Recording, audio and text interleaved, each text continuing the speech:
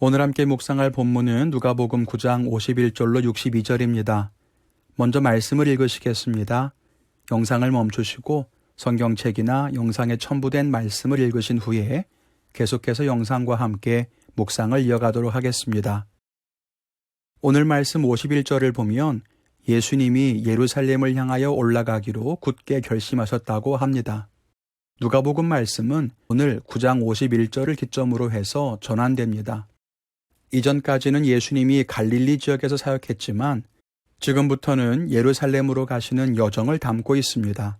마지막 죽으시는 십자가의 자리를 향해서 나아가는 과정이 그려지지요. 오늘도 함께 말씀을 묵상하며 은혜를 나누기를 원합니다. 첫째는 예수님의 구원은 살리는 것이다 라고 하는 겁니다. 오늘 본문에 보니까 예루살렘으로 가시는 동안 사마리아를 지나가야 했던 모양입니다. 그런데 그 마을 사람들이 예루살렘으로 지나가는 것을 허용하지 않았다는 거예요. 잘 아시겠지만 사마리아 사람들은 유대인들과 관계가 좋지 않았습니다. 종교적인 이유로 서로 갈등하고 있었죠. 이스라엘이 남북으로 갈라져 있을 때 사마리아는 북이스라엘의 수도였습니다. 그러다가 아수르에게 멸망당하고 나서 아수르의 이주, 통혼 정책으로 인해서 이방인들과 혈통이 섞이는 일이 많이 있었습니다.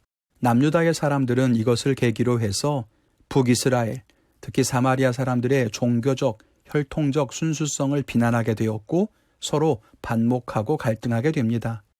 아무튼 사마리아 사람들이 예수님의 길을 막자 야고보와 요한이 말하기를 우리가 불을 명하여 하늘로부터 내려 저들을 멸할까요? 라고 묻습니다. 그랬더니 예수님께서 그들을 꾸짖으시며 다른 마을로 가셨다고 합니다. 사실 야고보와 요한이 하늘에 명령하여 불을 내릴 수 있는 능력이 있었는지도 의문이긴 합니다. 그런데 야고보와 요한은 왜 그랬을까요? 자기 마음에 들지 않았기 때문입니다. 기분이 상한 거죠. 그런데 아무리 기분이 나빠도 그렇지 불을 내려서 다 멸한다니 어떻게 그런 말을 할 수가 있을까 싶은데 사실 그 모습이 우리와 다르지 않다는 것을 생각하게 됩니다. 야고보와 요한이 그렇게 말한 것은 그 마을 사람이 사마리아 사람이었기 때문입니다. 자기들과 같은 혈통도 아니고 같은 유대인도 아니고 이방인과 같이 더러운 사마리아 사람이었기 때문이죠. 그런데 그들이 감히 우리의 거룩한 행보를 방해한다고 생각하니까 기분이 상하고 다 멸망했으면 좋겠다는 생각을 하게 된 겁니다. 우리도 그럴 때가 있습니다. 우리와 생각이 다르면 다 없어졌으면 좋겠다. 저러다가 망신당했으면 좋겠다. 정말 하나님이 저들을 버렸으면 좋겠다. 그렇게 생각합니다. 요즘 한국의 교회도 양분되어 있는 것처럼 보입니다. 코로나 사태로 인해서 가뜩이나 어려운 이 시기에 온라인 예배를 드릴 것이냐, 대면 예배를 드리는 것이 맞느냐로 갈라져 싸웁니다. 그저 자기들의 신앙대로 행하는 것이 아니라 상대방을 험담하고 비난까지 합니다. 거룩한 고민과 회개하는 기도가 아니라 자기들이 옳다고 주장하는 소리밖에는 없습니다. 그리고 자기가 가진 힘을 동원해서 상대방을 짓밟으려고 합니다. 안타까운 일이 아닐 수 없습니다. 서로의 다름으로 인해서 비난하고 억압하고 심지어 언어폭력이나 물리적인 실력 행사까지 행하는 그 모습이 오늘날 야고보와 요한의 말과 닮아 있다는 거죠. 그런데 주님은 어떻게 하셨습니까? 야고보와 요한을 꾸짖으셨습니다. 그리고는 다른 마을로 가셨지요. 예수님은 자기를 막는 자들, 자기의 뜻을 방해하는 자들을 멸하지 않으셨습니다. 자기를 부인하는 사람들을 저주하지 않았습니다. 왜요? 그들도 구원받아야 할 사람들이기 때문입니다. 그리스도의 구원은 심판하기 위함이 아니라 살리기 위함이라는 것을 잊어서는 안 됩니다.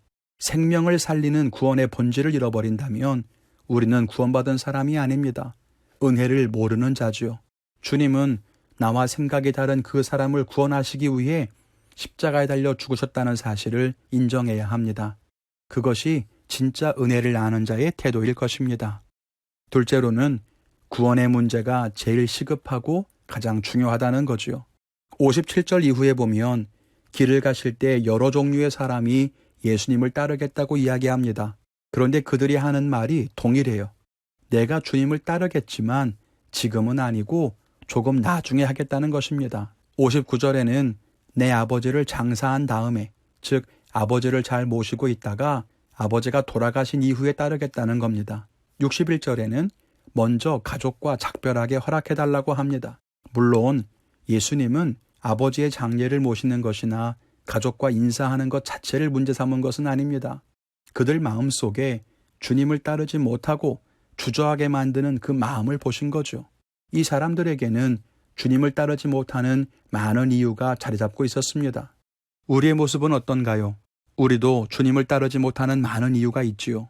가정을 돌봐야 하고, 경제적인 상황이 좋지 않아서 여유가 없고, 아이들이 너무 어려서 우리의 손길이 필요하고, 아니면 지금 막 시작한 이 일이 자리를 잡을 때까지 시간이 좀 필요하고, 나 아니면 이 일을 할 사람이 없고, 그렇게 말합니다. 그뿐 아닙니다. 우리의 감정도 주님을 따르는 길에 장애가 될 때가 있습니다. 지금 내 마음이 너무 불안하고 걱정이 많아서, 저 사람이 내 마음을 괴롭게 해서, 자존심이 너무 상해서, 아무도 나를 알아주지 않아서, 그래서 우리는 주의 길을 따르지를 못합니다. 거창하게 선교사가 되거나 목회자가 되거나 하는 그런 이야기가 아닙니다. 주의 말씀에 순종하지 못하게 만드는 핑계들이 얼마나 많은지 몰라요. 그런데 주님은 오늘 말씀하십니다. 이런 일들이 하나님의 나라에 합당하지 않다. 무슨 말일까요? 구원의 문제, 하나님의 나라의 일들이 제일 시급하고 가장 중요하다는 말씀일 겁니다. 우리는 주의 일을 가장 우선시하고 있나요? 말씀에 순종하는 것이 내 삶의 어떤 것보다 우선된다는 것을 인정하고 있나요? 우리 마음이 복잡해도, 내 삶이 분주해도 순종하는 것이 먼저라고 하는 겁니다. 오늘 말씀 묵상하면서 저는 야고보와 요한처럼 자기와 다르다고 해서 분노하고 비난하는 모습, 또 예수님을 따르고는 싶으나 결단하지 못하고 주저하는 그 사람들의 모습이 제 안에도 있다는 것을 보게 됐습니다. 그래서 오늘 하루 저와 다르고 제 생각과 다른 일들에 대해 평강을 지키며 분노하지 않겠노라 다짐해 봅니다. 여러분들은 어떤 결단을 가지셨습니까? 오늘도 그 결단을 하나님께서 지켜주실 줄 믿습니다. 주님과 동행하며 끝까지 승리하시기를 주님의 이름으로 축원을 드립니다.